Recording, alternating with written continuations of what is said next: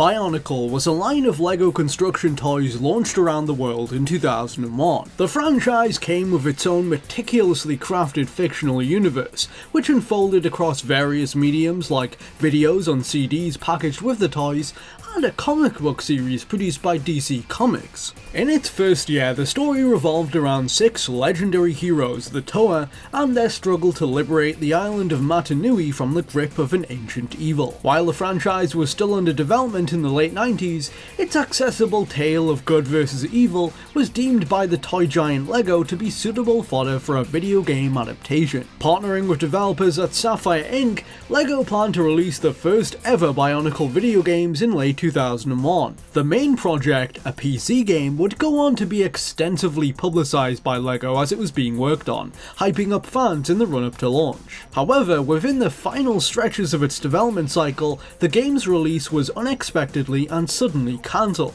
With only limited information to go on, fans around the world were left to wonder, what was this game, and why was it never finished? 17 years on from its development, memories of the project have been kept alive by avid Bionicle enthusiasts such as those belonging to sites like the Biomedia Project. With assistance from them and Bionicle community The Beaver House, I've worked to demystify the circumstances surrounding its development. Revealing more of the game than ever before along the way, I'll be sharing with you the inside story behind the original LEGO Bionicle video game.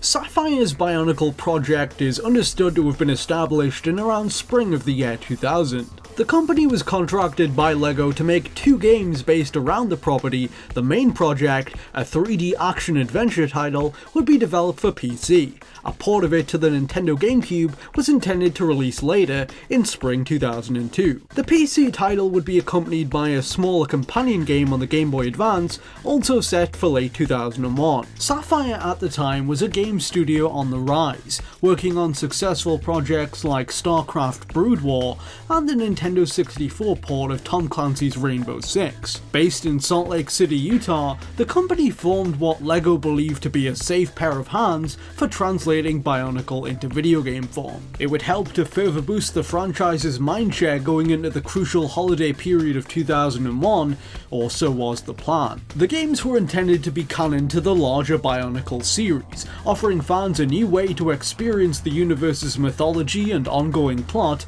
up close and personal. It was all based around the 2001 Bionicle story, where the series villain Makuta has used his dark influence to corrupt the wild animals of Mata Nui, called the Rahi. At his behest, they've begun attacking villages in an effort to seize the island. The Game Boy Advance title, originally named LEGO Bionicle Tales of the Tohunga, was planned to serve as a prequel to the main experience on PC. It was a top-down adventure game in which players took control of Takua, a Mata Nui islander on a mission to gather the Toa Stones and rescue his elders from the Rahi. The story would wrap up with an ending stinger directly leading into the start of the PC game. In the last cutscene, Takua summons the Toa, 6 warriors prophesized to defeat Makuta and bring order to the Bionicle world. The PC game, the full title of which was LEGO Bionicle The Legend of Mata Nui, would have opened with the Toa emerging from their canisters after crashing to the island as their adventure begins. In The Legend of Mata Nui, there were 6 playable characters, all lifted from the original line of Bionicle toys from 2001. Each of the 6 Toa was represented with their own level reflecting their individual elemental powers. They all landed onto different sectors of the island into environments relevant to their abilities. For example, Tahu, the fire element, finds himself navigating a volcano. The Legend of Mata Nui took the form of a 3D third-person action-adventure game heavy on platforming elements. Each level was a uniquely themed open environment, and saw one of the 6 Toa helping out the islanders native to that region of Mata Nui they've arrived on. Each hero would face tasks like rescuing the villages from attacking enemies and returning missing items to their owners. These quests would see you wandering all over the region, solving puzzles and fighting various infected creatures. Combat mostly involved the Toa firing energy spheres from their bodies, aimed using the in-game cursor to neutralize enemies. Characters could also perform melee attacks, such as Kopaka, who could slash his sword. Its structure in many ways is reminiscent of early 3D Legend of Zelda games like Ocarina of Time and Majora's Mask. Players unlock new abilities by collecting and equipping Kanoi masks and other artifacts found on the island. These could then be used to reach previously inaccessible parts of the map. The similarities don't end there. Each character had their own version of a grappling hook item that would help them zip up towards higher ground, which functioned in a manner very similar to Zelda's hookshot. The game featured a wealth of different items like this that would grant special powers. The first you would have used was Onua's mask, the Kanoi of strength that allows him to move heavy objects. Others could enable such traits as a protective shield,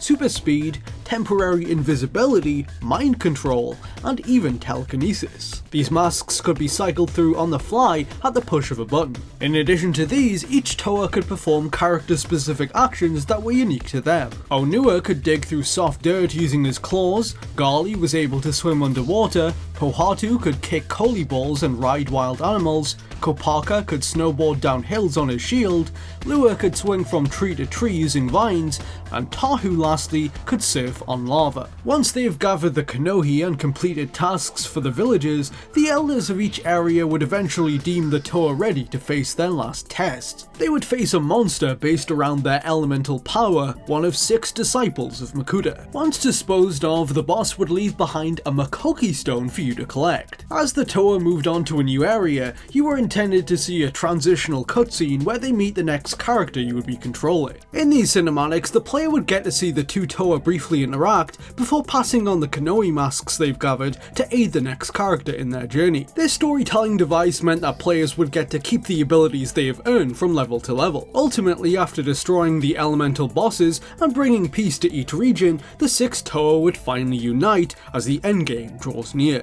In an extended pre-rendered cutscene, we see them use the Makoki stones they've collected to open an ancient temple within which Makuta and his minions reside. After being transported inside, the 6 Toa split up to explore its mysterious inner workings. They happen upon pods that fuse the two groups of Toa into 2 merged beings, combining their strength to become the Toa Kaida. We see the Kaida battle some of Makuta's most powerful Rahi, the Manas, before turning back to their original forms. As the last section of the game starts to unfold, players would have had to explore Makuta's treacherous lair as each of the 6 heroes. In a test of what the player has learned throughout the game, each Toa had a room devoted to them. Players would be required to complete a platforming section as each character and escape their room before time ran out. Around this point, the Toa were intended to finally confront Makuta, although this part of the game was never completed. Former developers say the minutiae of how it would have played out was never set in stone. This is one of the few sections of the game that wasn't finalized. While not without bugs, the vast majority of it was up and running. The ending, on the other hand, had been finished. In another pre-rendered cinematic, a beam of white light shoots out of the temple, signifying Makuta's defeat. It's visible from every corner of Mata Nui, and we see the islanders dancing in celebration. This sequence was seemingly inspired by the ending of Star Wars Return of the Jedi. Evidence of this can be found in the game's data. The video file for this cutscene was named Ewok Celebration. The game's menus show the developers had plans for additional bonus content outside the main story, most of which was left incomplete. Some work was done on a gallery filled with art that players would have been able to print off. They'd also intended to include a number of instructions manuals showing how to build the game's enemies out of real Lego. The project being shut down was the culmination of a somewhat uneasy journey for Saffire. Although the team functioned well, and the game itself was made in a creatively healthy environment by all accounts, there were some fairly serious problems surrounding it throughout. One hurdle that both Saffire Bionicle projects briefly dealt with, while not nearly as severe to them as issues that would later arise, involved a dispute with LEGO itself. In May 2001, the official North American launch of Bionicle was imminent when the Maori people of New Zealand began raising concerns that the franchise was appropriating Polynesian culture for corporate gain. Bionicle in its first year was heavily inspired by Polynesian culture, something LEGO itself did not shy away from admitting. However, the matter became contentious when it emerged the company had used existing words from their language and reappropriated them as terms specific to the Bionicle universe. One example of this that the Maori people found found to be particularly egregious was their use of the word Tohunga. In their language, this word is reserved for an expert practitioner of an art or skill, such as teaching or healing. LEGO had used this word as the name for one of the main species of characters in Bionicle. The Tohunga was sold as a line of toys throughout 2001 and were planned to be a major part of their upcoming video games. May 2001 saw the Moldy issuing a statement to challenge LEGO's appropriation of their language. In particular, their statement targeted the Bionicle video games in development and hoped the words in question would not be used by them. In summer 2001, LEGO instructed Saffire to remove Tohunga and other offending words from their games. As such, all mentions of Tohunga were scrubbed from the Legend of Mata Nui's dialogue mid-development. The Game Boy Advance game was notably affected too, since it was all about the Tohunga characters, and up until this point had even been called LEGO Bionicle Tales of the Tohunga. Saffire officially retitled it as Quest for the Toa, and LEGO would later rename the species in the Bionicle lore as Matoran. Aside from this, one major issue lurking beneath the surface during work on the Legend of Mata Nui was Sapfire's growing financial strife. Several developers I spoke to for this video shared that they experienced recurring problems with receiving payment for their work on the game. Former employees from Saffire say that in the final several months of development, their paychecks were reduced without warning and were delivered less frequently as time went on. Workers are said to have been putting in shifts of up to 70 hours per week during summer 2001, but in some cases Saffire neglected to pay them regardless. At the height of crunch time, where developers found themselves in the offices until late at night, whole weeks of work were being left unpaid. Sapfire's money troubles were being exacerbated in no small part by a company spending spree that had begun earlier that year. In spring 2001, they had moved to a larger and much more expensive office complex in American Fork, Utah. The management decked the place out with new furniture and an elaborate business phone system which is said to have set them back tens of thousands of dollars. On top of that, the costs of rent were much higher than those of their previous base of operations. By August, it was becoming increasingly apparent that Saffire was in dire straits. Rumours spread among employees that the company's management was attempting to court private investors in order to ease their financial woes. One former developer reports hearing that a wealthy local businessman from the Salt Lake City area was in talks to sell a private plane to raise money for them. Ultimately, Saffire was unsuccessful at securing additional funds, and the situation would only worsen as 2001 went on. During the Legend of Mata Nui's last 2 months under development, a handful of employees were left completely unpaid. The project would finally be cancelled on October 10th, 2001. A group of developers were promptly laid off without severance pay. They filed with the state of Utah to retrieve back wages, and Saffire would eventually reimburse them a year later. The blow dealt by the Legend of Mata Nui's cancellation sent the company into a slow death spiral. Following years of financial instability, Saffire stopped working on games in 2004 and officially went out of business in 2007. Despite its fate, the game developed something of a cult following online among enthusiasts. The project took on a life of its own as fans desperately sought to understand more about it and why it had disappeared. One factor behind this enduring fascination with the game is that LEGO went to great lengths to publicize its existence throughout its development. Starting in January 2001 through a sponsorship deal with Nestle, Bionicle branded discs were bundled with packs of Cheerios cereal. These CDs contained an early version of a pre-rendered cinematic from the game. The Bionicle comics repeatedly mentioned the video game in their back pages and later ran a competition where readers could win a free copy of it when it was finished. LEGO also had plans to bundle a collectible Bionicle mask exclusively with copies of the game. They began promoting the title on the official Bionicle website soon after this, and even put out a public call for beta testers. Fans in North America could apply to test the game and provide feedback. In return, they were promised a spot in the credits, a free copy of the game, and a complimentary Bionicle hat, but the tests never took place due to the project's unforeseen discontinuation. The reasoning behind the Legend of Mata Nui's cancellation has long been the subject of debate. One long-standing rumour alleges that the game was rife with glitches and therefore could not be fixed within a reasonable span of time. Some ex-members of the team, however, refute these claims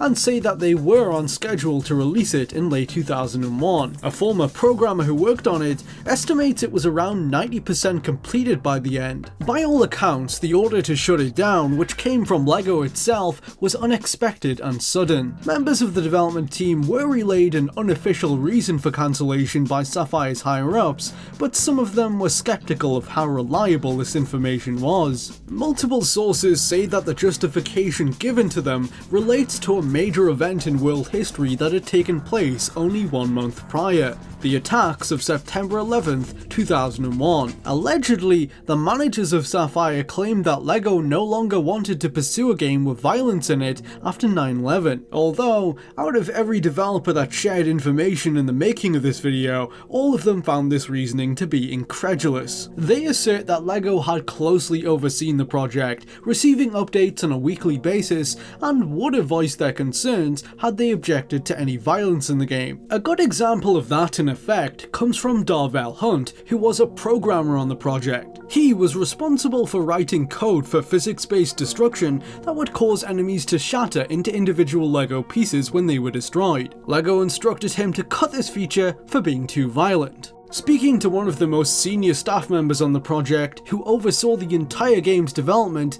reveals the true justification LEGO gave to Saffire for cancelling it. According to project leader Brent Fox, LEGO was subject to management shifts in late 2001, bringing new blood not only to the Bionicle franchise, but their whole media output. These changes in staff had huge implications for everyone working with their video game department at the time. Every project under the umbrella of LEGO software was put under scrutiny as staff with a new vision for LEGO's video games came to power. At the same time this was happening, another game studio, Argonaur Games, had started pitching a Bionicle game of their own to the team newly chosen to oversee LEGO's media production. Argonaur's people proposed a video game that would land on every major platform at the time. Swayed by Argonaur's ideas, LEGO's management chose to discontinue the Legend of Mata Nui at Saffire and move forward with their game instead. This was all part of an effort to take the franchise in a direction more in line with their vision for it. Over $1 million is said to have been spent on it up until this point,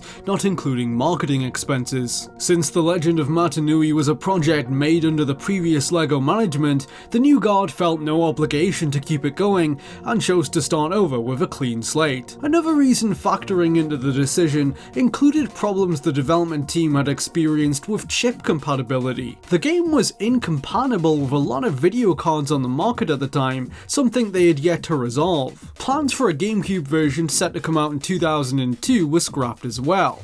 LEGO and Saffire had a good relationship with Nintendo, and had intended for their machine to be the only console it would release on initially. Sapfire's Bionicle game for the GBA, Quest for the Toa on the other hand, was released, since it had already been finished. It included the end teaser setting up the plot covered by Legend of Mata Nui, a game that would never officially be released. Instead, the 2001 Bionicle story was told through other mediums like novels, comic books, and the Mata Nui online flash game.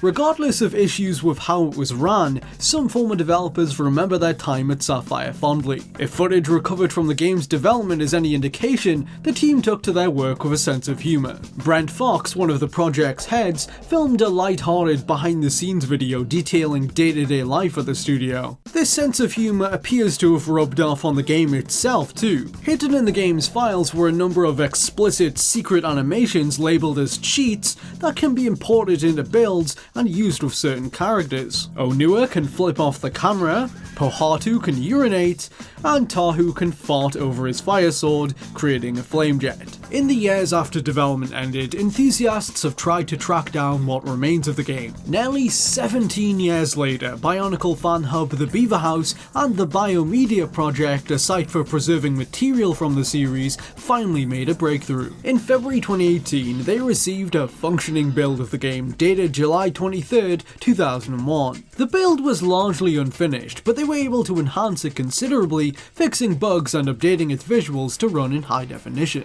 In April 2018, I was able to recover the most recent build of the game known to exist, which was taken on October 23rd, 2001. This was made possible by the actions of senior staff on the project in the days after its cancellation. They made copies of the final build on CDs and privately distributed them to members of the team as a keepsake to remember it by. I passed the build on to representatives of the Beaver House, who formed a new development team called Lightstone to update the game and bring it to the public. Thanks to their efforts, it can now run on modern Windows PCs in widescreen, HD, and 60 frames per second. The team has aspirations of recreating the planned game as accurately as they reasonably can, attempting to stay true to Saffires' original creative vision. Lightstone plans to distribute the game for free via biomediaproject.com.